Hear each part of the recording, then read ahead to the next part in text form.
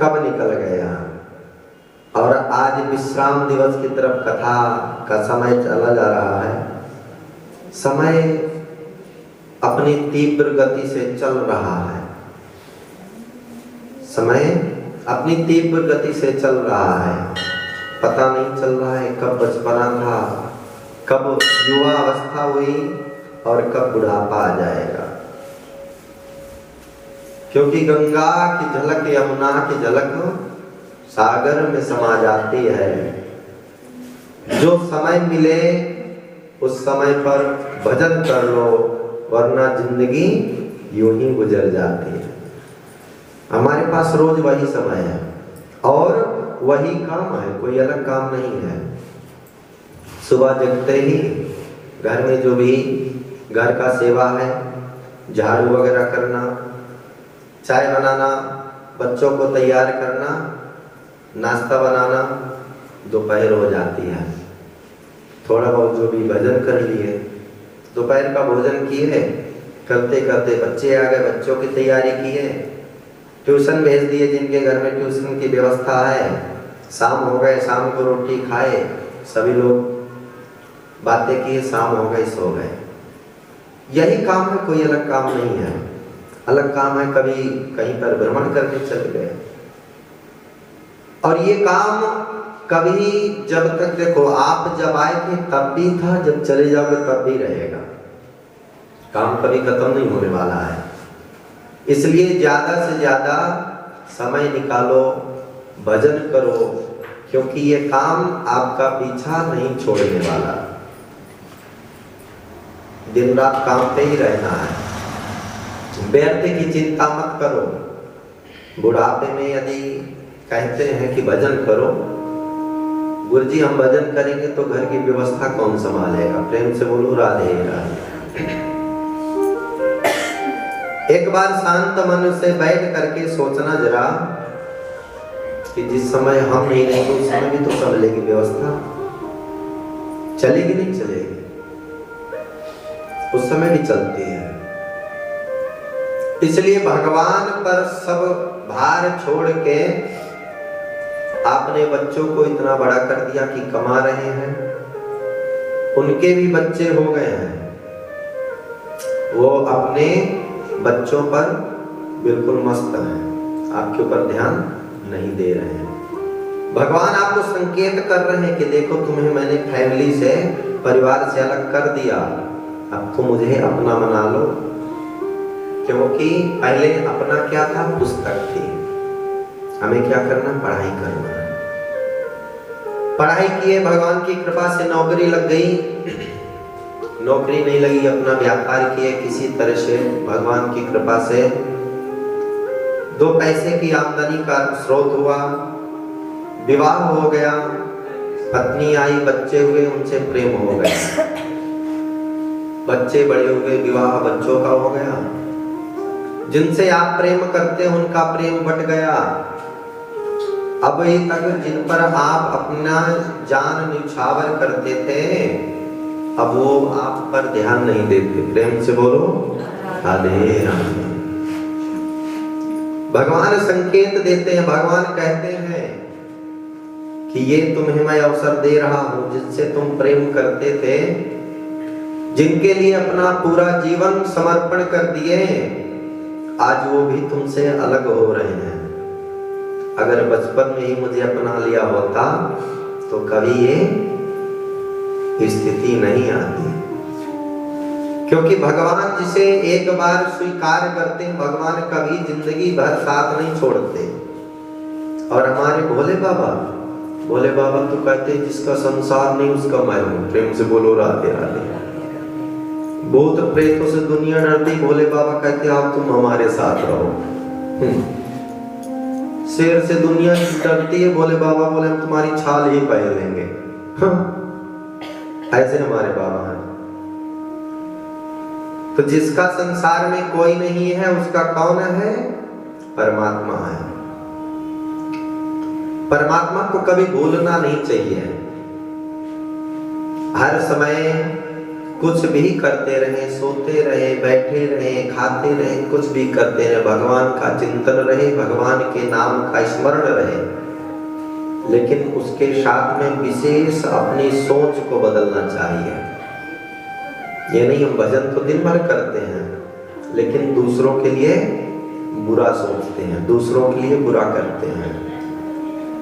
भजन तो दिन भर करते हैं, आरती भी करते हैं कि तन मन धन सब कुछ है तेरा,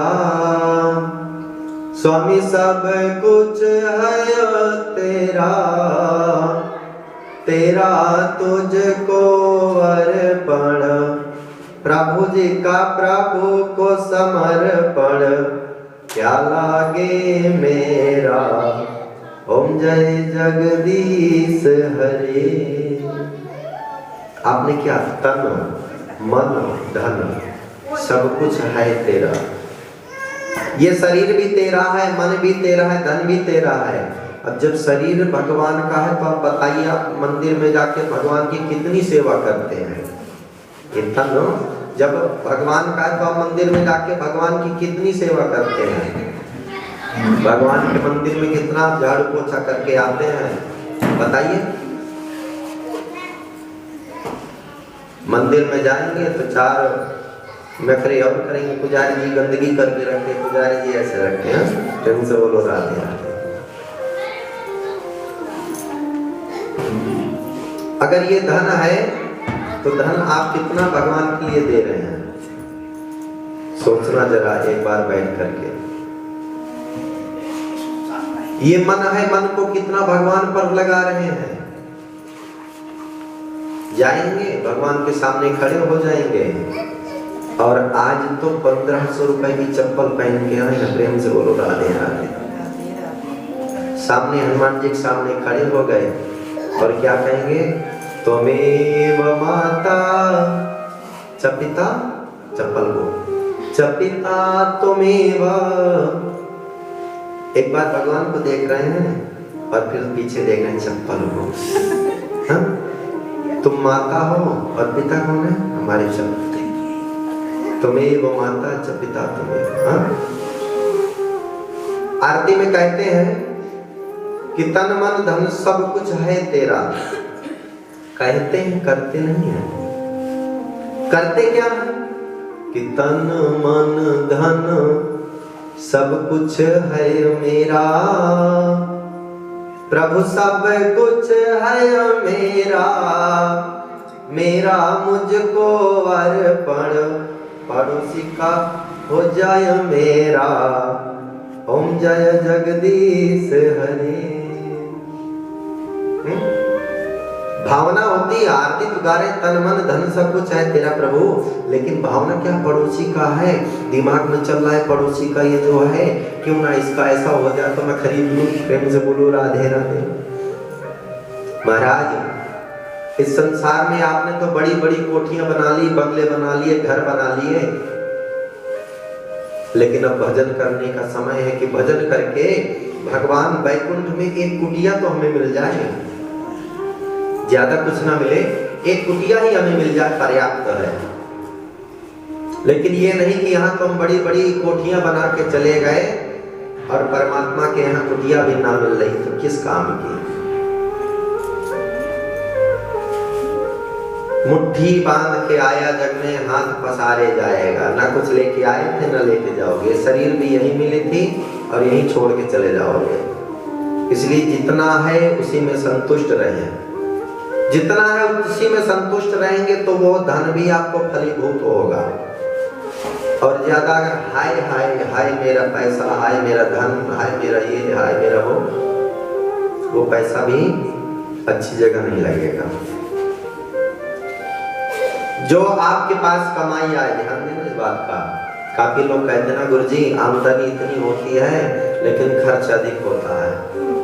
आपके जो इष्ट हो, महीने की जो कमाई आती है उनके पास रख दीजिए, प्रभु आज इतनी कमाई आई है मेरे पास और ये आपके चरणों में अर्पण है।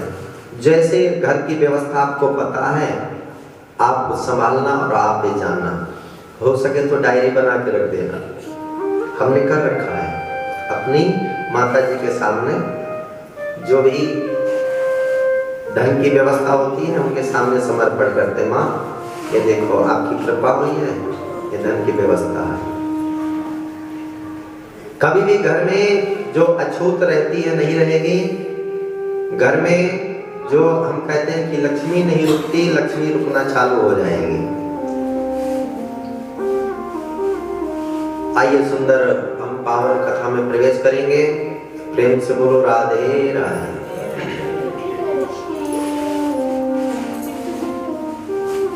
भगवान कृष्ण जब मथुरा से आए, मथुरा में वृंदावन से आए, मथुरा में रहने लगे, भगवान को वृंदावन की याद आने लगी, अपने ब्रज की।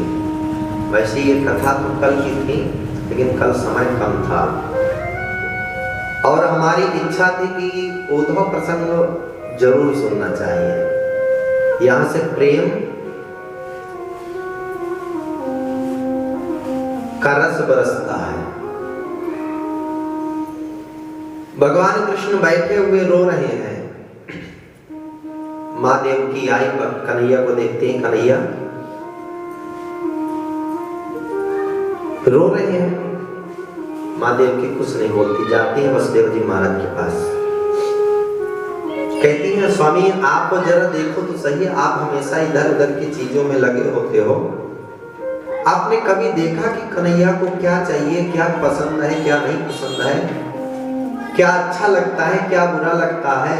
हमने इतना सा भेजा था और इतना हो करके आया है, पता नहीं उस माँ ने किस हालत में पाले हैं, क्या लाड लडाए हैं, क्या प्रेम दिया है, क्या नहीं दिया है, हमें तो कुछ पता भी नहीं है। देखो आज कन्हैया रो रहे हैं। वसुदेव जी महाराज उद्धव को भेजते हैं कि उद्धव तुम जाओ और जा करके पूछो कि आखिर कन्हैया रो क्यों रहे हैं। उद्धव जी महाराज जाते हैं कन्हैया के पास और कहते हैं कन्हैया क्या हो गया, आपकी आंखों में आंसू? आप तो जगत के पालनहारा हैं, आप तो संसार की रक्षा करते हैं। आप या आपकी यदि एक भृगुटी हिल जाए तो संसार में प्रलय आ जाता है, और आज आप रो रहे हैं, ये कौन सी आपकी लीला है? कन्हैया कहते हैं उद्धव कि उद्धव मोहि ब्रज बिसरत नाही, हंस सुता को सुंदर करो और ब्रज के छाई। कन्हैया कहते उद्धव आज मुझे ब्रज की याद आ रही है। क्या सुंदर कोयल गायन करती थी, मयूर नृत्य करते थे, यमुना का किनारा। उस यमुना के किनारे पर जैसी बांसुरी बजती थी, गोपियां दौड़ी दौड़ी चली आती थी। और मेरे जो मित्र हैं उनका क्या प्रेम था, आज उस प्रेम की मुझे याद आ रही है, आज उस ब्रज की मुझे याद आ रही है उद्धव। उद्धव जी कहते कन्हैया फिर आप चले जाइए ना, आखिर यहाँ से वृंदावन में दूरी ही क्या है, आप चले जाइए। कन्हैया कहते नहीं उद्धव वहां आपको जाना है। उद्धव कहने लगे मैं इतना पढ़ा लिखा विद्वान, मैं उन ग्वालों के बीच में क्या मैं उनको बताऊंगा, क्या समझाऊंगा, मैं क्या बात करूंगा उन लोगों से। कन्हैया कहने लगे आप जाओ तो सही। उद्धव कहते हैं कि कन्हैया मुझे वहां पहचानेगा भी तो नहीं कोई, ना मैं किसी को पहचानता ना वो लोग मुझे पहचानते। कन्हैया कहते मेरी काली कमलिया ओढ़ के चले जाओ, कोई भी तुमसे नहीं पूछेगा कि कौन हो। अपने आप सभी लोग पहचान जाएंगे कि आखिर ये कौन है। उद्धव जी महाराज चल देते हैं, वृंदावन की सीमा पर पहुंचते हैं। एक रथ सुंदर दिखाई दे रहा है। भगवान के सखा जब से कन्हैया मथुरा गए हैं, तब से सखा आते हैं, जहां से वृंदावन से मथुरा के लिए जो रास्ता जाते हैं, उस रास्ते पर बैठ जाते हैं। सुबह से शाम तक इंतजार करते हैं कि शायद अब मेरे कन्हैया आ जाएं। लेकिन जब कन्हैया नहीं आते, शाम को उदास होकर के वहां से चले जाते हैं। रात बड़ी मुश्किल में गुजरती है। प्रातः काल फिर से मन में एक बार खुशी आती कि शायद है कि आज मेरे कन्हैया मेरे पास आ जाएं। शायद है आज कन्हैया आ जाए हमारे पास। और आज वही रथ दिखाई दे रहा है। भगवान के जो सखा हैं, कुछ सखा छुप जाते हैं, अरे इस कन्हैया से नहीं मिलेंगे आज हम, क्योंकि ये जो काना कनौड़ा है ना, इसने हमें बहुत तरसाया है, बहुत तड़पाया है। आने तो इसे भी तो पता चलना चाहिए कि इसके मित्र इससे गुस्सा है, रूठे हुए हैं। जैसे ही रथ पास में आता है, सोचते हैं कि रूठना मनाना तो बाद में हो जाएगा, पहले कन्हैया के गले लग के एक बार रो तो ले। जो इतने दिन तड़पे हैं कन्हैया की याद में, वो याद तो कन्हैया को जता दें, वो याद तो बता दें कि कन्हैया हम तुम्हारे लिए कितना तड़पे हैं, कितना रोए हैं।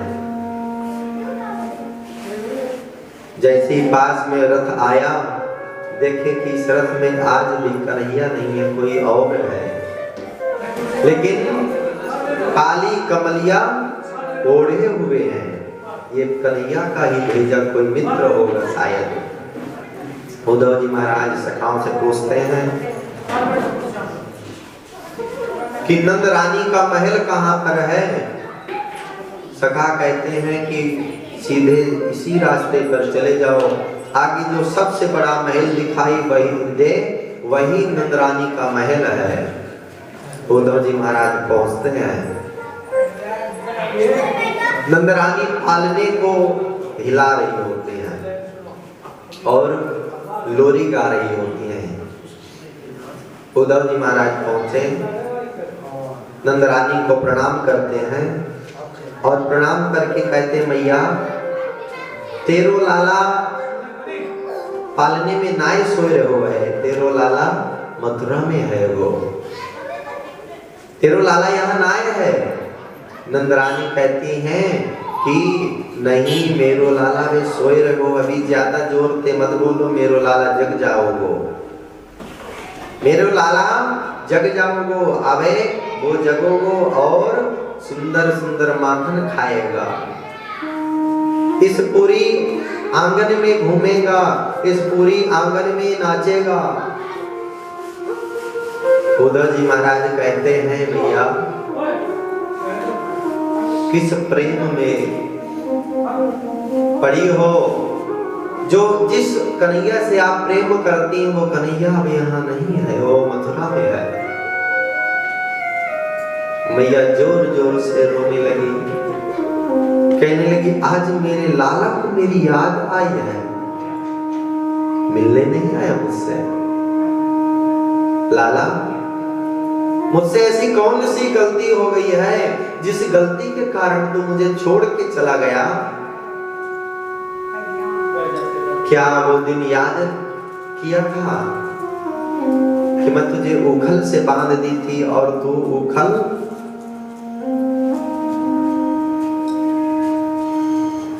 बंधी हुई थी, घुटमन घुटमन गया और वृक्ष गिर गए तेरे ऊपर।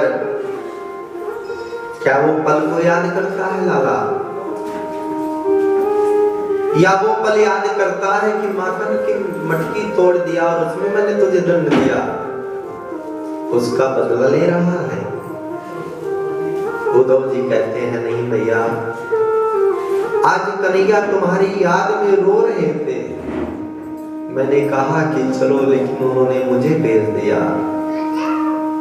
मैया यशोदा के आंखों से अश्रुपात होना चालू हो गया और कहते हैं कि एक बार कन्हैया को वो याद जरूर दिला देना कि कन्हैया कि धूरि धरे अंग सोहत श्याम जो, कैसी बनी सिर चूरन चोटी, खेलत खात फिरे अंगना पग, पैजनी बाजत पीर कछोटी, बाछबी गोरख रस खान बिलोखत, भारती काम कला निधि कोटि, काग के भाग को का कहिए, हरि हाथ सले गयो माखन रोटी, काग के भाग को का कहिए, हरि हाथ सले गयो माखन रोटी। कहती हैं यशोदा मैया कि जरा उस पल को याद जरूर करवाना उद्धव, कि जिस समय कन्हैया छोटे छोटे नन्हे नन्हे पैरन पे पायल बंधी, कमर पर सुंदर करधन बंधी और एक हाथ में माखन एक हाथ में रोटी लिए कन्हैया इस पूरे आंगन में नाच रहे थे और नाच नाच के सुंदर उस रोटी और माखन को खा रहे थे, नाच रहे थे, गुनगुना रहे थे। और एक कौवा आया, वो कौवा उस रोटी को लेकर के चला गया और वो कन्हैया ऐसे मचल के रोया, ऐसे मचल के रोया कि पूछिए मत उद्धव। एक नहीं 1000 रोटी ला के सामने रख दिया मैंने, लेकिन कन्हैया कहता मुझे तो सिर्फ वही रोटी चाहिए और कोई रोटी नहीं चाहिए, मुझे और कोई रोटी चाहिए ही नहीं। यदि देना ही है तो वही रोटी मुझे चाहिए। वो पल जरा कन्हैया को याद दिलाना कि कन्हैया तुम नहीं आए, जब तुम एक रोटी से इतना प्रेम कर सकते हो, वो रोटी कौवा ले गया, दूसरी रोटी नहीं आप खाए, तो तुम नहीं आए और तुम्हारे मित्र के आने से कैसे हमें संतुष्ट हो जाए। हमें भी वही कन्हैया चाहिए, वही प्रेम चाहिए जो प्रेम यहाँ कन्हैया बरसाता था। गौ माता के पास उद्धव जी महाराज जाते हैं। गौ माता देखते ही कन्हैया की काली कमलिया अश्रुपात होने लगे।